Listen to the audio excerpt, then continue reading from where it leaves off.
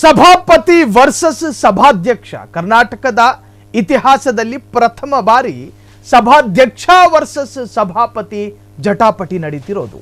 Letter fight ಬೆನ್ನಲ್ಲೇ ಖಾದರ್ ಹೊರಟ್ಟಿ ತೇಪೆ.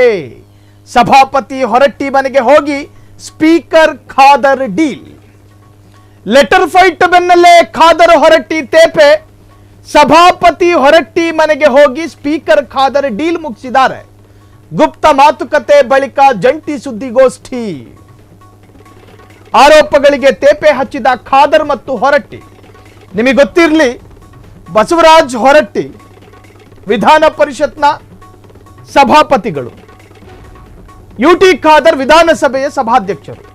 ಯಾಕೋ ಬೇಸರ ಆಗಿ ಬರದೆ ಎಂದ ಹೊರಟ್ಟಿ ಕಮ್ಯುನಿಕೇಶನ್ ಗ್ಯಾಪ್ ಆಗಿತ್ತು, ಈಗ ಸರಿಯಾಗಿದೆ. ಸಾಂಬಾರಲ್ಲಿ ಉಪ್ಪು ಜಾಸ್ತಿ ಆಗಿತ್ತು, ನೀರು ಹಾಕಿ ಸರಿ ಮಾಡ್ಕಂಡೆ. ಆರೋಪಗಳ ನಂತರ ಡ್ಯಾಮೇಜ್ ಕಂಟ್ರೋಲ್ ಕಸರತ್ತು.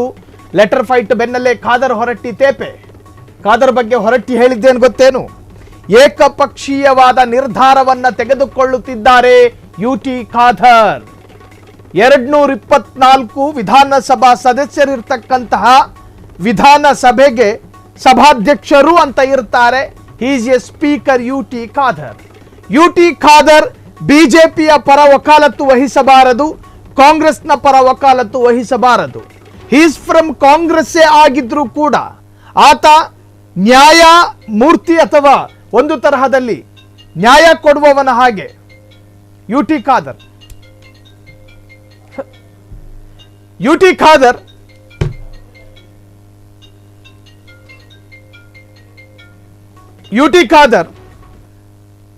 ಯಾರ ಪರ ಯಾರ ವಿರುದ್ಧವೂ ಇರಬಾರದು.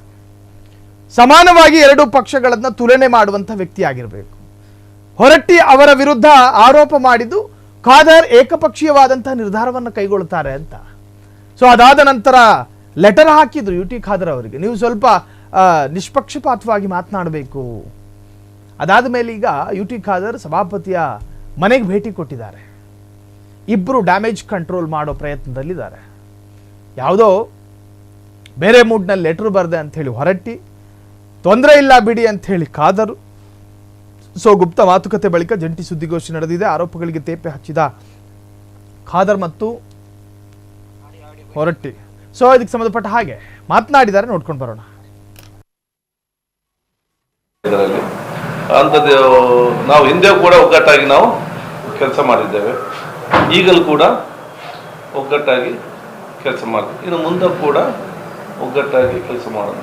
ನಾನು ಹೇಳ್ಬಿಡ್ತೀನಿ ಅವ್ರಿಗೆ ಮೊದಲ, ನಾನು ಬೇರೆ ದೇಶಕ್ಕೆ ಹೋಗಿದ್ದೆ, ಕಾನ್ಫರೆನ್ಸ್ಗಳು ಕರೆದ್ರು. ನನ್ನ 3ನೇ ತಾರೀಕು ಬಂದು ರಾತ್ರಿನ ಹೋಗಿಬಿಟ್ಟೆ. ನನಗೇನು ಗೊತ್ತಲ್ಲ. ಇವರು ಅದನ್ನು ಇವರು ಮಹೇಶ್ ಕರ್ಜಿ ಅವ್ರು ಬಂದ ನಮ್ಮ ಇದರಲ್ಲಿ ಟೂರಿಂದ ಏನೋ ಹೇಳಿದ್ರಂತ, ಲಕ್ಷ ಇರಲಿಲ್ಲ ನನಗೆ. ನಾ ಹಂಗೆ ಇದೆ, ನೀವು ನನಗೇನು ಕೇಳಿಲ್ಲ ಬಿಟ್ಟಿಲ್ಲ, ನಾ ಹೆಂಗೆ ಬಲ್ಲಿ 29 ನಿಮಿಷ ಆಗೋದಿಲ್ಲ, ಅದಕ್ಕೆ ನೀವು ಹೇಳೋದಿಲ್ಲ, ಹೇಳಬೇಕು. 2-3 ಸರಿ ಹಿಂಗಾಗೈತಿದ್ದು, ನನಗೆ ಯಾಕೋ ಬೇಸರ ಆಗೈತೆ ಒಂದು ಬರ್ರಿ. ಅವ್ರು ಇಮಿಡಿಯೇಟ್ಲಿ ನಾನು ಫೋನ್ ಮಾಡಿದೆ ಅವ್ರಿಗೆ, ನಾ ಪತ್ರ ಕಳಿಸೀನಿ, ಬೇಜಾರು ಮಾಡ್ಕೋಬೇಡ್ರಿ, ಹಂಗಾಗಿ ನಾನು ಫೀಲಿಂಗ್ಸ್ ಹೇಳಿನಿ ಅಂತ ಏನ. ಅವರು ನನಗೆ ತೀರ್ ಕಳಿಸಿದ್ರು, ಇಲ್ಲ ಅದಾಗಿದೆ, ಇದೇನು ಕಮ್ಯುನಿಕೇಷನ್ ಗ್ಯಾಪ್ ಆಗಿದೆ, ಸರಿಪಡಿಸ್ಕೊಂಡು ಇಷ್ಟ. ನಾವೆಲ್ಲ ಇಲ್ಲಿಂದ ಹಂಗೆ ಬಂದೀವಿ, ಇಬ್ಬರು ನಾವು ಯಾವುದೇ ಕಾರ್ಯಕ್ರಮ ಮಾಡ್ತೀವಿ. ನಮ್ದು ಏನಂದ್ರೆ ಅವ್ರು ಸ್ವಲ್ಪ ಯಂಗ್ಸ್ಟರ್ಸ್ ಇರ್ತಾರೆ, ಭಾಳ ಮುಂದೆ ಮಾಡ್ತಿರ್ತಾರೆ, ಮಾಡಪ್ಪ ನಾ ಬಂದು ಸೈ ಮಾಡ್ತಾ ಅಂತ ಹೇಳ್ತಿರ್ತೀವಿ, ಇಲ್ಲ ಹೆಬ್ಬಟ್ಟು ಅಂತ ಹೇಳ್ತಿರ್ತೀವಿ ಅವ್ರು, ಅಂದ್ರೆ ಮಾಡ್ತಿದ್ವಿ. ಆಗಿದೆ, ಅದಾಗ ಏನಿಲ್ಲ. ಬೆಳಗ್ಗೆ ನಾವು 9 ಗಂಟೆಗೆ ಫೋನ್ ಮಾಡಿದೆ ಅವ್ರಿಗೆ, ನಾ ಬಂದಿದ್ದೀನಿ, ಕುಂದು ಮಾತಾಡೋದೇನಿಲ್ಲ, ನಾನು ಕಳಿಸಿದ್ದು ಹಿಂಗೆ ಆಗೈತಿ, ನನ್ನ ಮನಸ್ಸಿನಾಗ ಅದಾದದ್ದನ್ನು ಹೇಳಿನಿ ಅಂತ ಇದೆ. ಅವರು ಒಪ್ಕೊಂಡಿಲ್ಲ, ಸರ್ ನಾನು ಮನೆಗೆ ಬರ್ತೀನಿ ಬಂದಾಗ ಇಷ್ಟ. ನಮ್ಮಲ್ಲಿ ಏನಿಲ್ಲ, ಕಮ್ಯುನಿಕೇಷನ್ ಗ್ಯಾಪ್ ಬಿಟ್ಟು ಮತ್ತೇನಾಗಿಲ್ಲ, ಅವನ್ನೆಲ್ಲ ರೆಕ್ಟಿಫೈ ಆಗಿದೆ ಅಷ್ಟೇ. ಸರ್, ಒಂದು ಏಕಪಕ್ಷೀಯ ಅನ್ನುವಂಥದ್ದು ವಿಚಾರನ ಸ್ಪಷ್ಟವಾಗಿ ಪ್ರಸ್ತಾಪ ಮಾಡಿ, ಅದರ ಸರ್ ಕೂಡ ಅದು ಏಕಪಕ್ಷೀಯ ಅಲ್ಲ, ಅದು ಏನು ಅನ್ನೋದನ್ನ ನಿಮ್ಮ ಪತ್ರಿಕೆ ಬರೆಯುವಾಗ 1 ನಿಮಿಷ ಬರೆಯುವಾಗ ಒಮ್ಮೆ ಏಕಪಕ್ಷದ ಬರಿತಿರ್ತೀವಿ ನಾವು, ಈ ಸರಿ ಇದ್ರೂ ಬರಿತಿರ್ತೀವಿ. ಅದು ರಾಜಕಾರಣದಾಗಿದ್ದ ಚಟ ಅವೆಲ್ಲ. ಈಗ ಮತ್ತೆ ಬಸವರಾಜ್ ಹೊರಟ್ಟಿ ಅವರು ನಮ್ಗೆ ಅತ್ಯಂತ ಹಿರಿಯರು, ಅನುಭವದ ರಾಜಕೀಯದಲ್ಲಿ ಕೂಡ ಹಿರಿಯರು, ಅವರ ಅನುಭವದಲ್ಲಿ ಕೂಡ ಹಿರಿಯರಿದ್ದಾರೆ. ಸೊ ಅವರ ಬಂದು ಅವರ ಸೌಜನ್ಯದೊಂದು ಭೇಟಿ ಚರ್ಚೆ ಮಾಡಿಕೊಂಡು ನಾವು ಇವತ್ತು ಯಾವ ರೀತಿಯಿಂದ ಉತ್ತಮ ಕೆಲಸ ಮಾಡೋದು ಚರ್ಚೆ ಮಾಡಿದ್ದೇವೆ. ಒಂದು ಒಟ್ಟೊಟ್ಟಿಗೆ ಕೆಲಸ ಮಾಡೋ ಸಂದರ್ಭದಲ್ಲಿ ಕೆಲವು ವಿಚಾರಗಳು ಇರ್ತದೆ, ಅದು ಪರಸ್ಪರ ಹಂಚಿಕೊಂಡಿದ್ದೇವೆ, ನಾವು ಚರ್ಚೆ ಮಾಡಿಕೊಂಡಿದ್ದೇವೆ. ಇದರಲ್ಲಿ ಅಂಥದ್ದು ನಾವು ಹಿಂದೆ ಕೂಡ ಒಗ್ಗಟ್ಟಾಗಿ ನಾವು ಕೆಲಸ ಮಾಡಿದ್ದೇವೆ.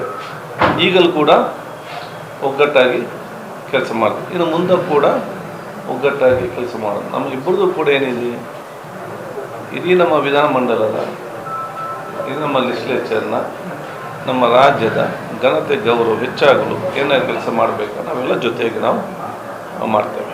ಕ್ಷಣ ಕ್ಷಣದ ಸುದ್ದಿಗಳಿಗಾಗಿ ಫ್ರೀಡಂ ಟಿವಿ ಸಬ್ಸ್ಕ್ರೈಬ್ ಮಾಡಿ, ಲೈಕ್ ಮಾಡಿ ಹಾಗೂ ಫಾಲೋ ಮಾಡಿ.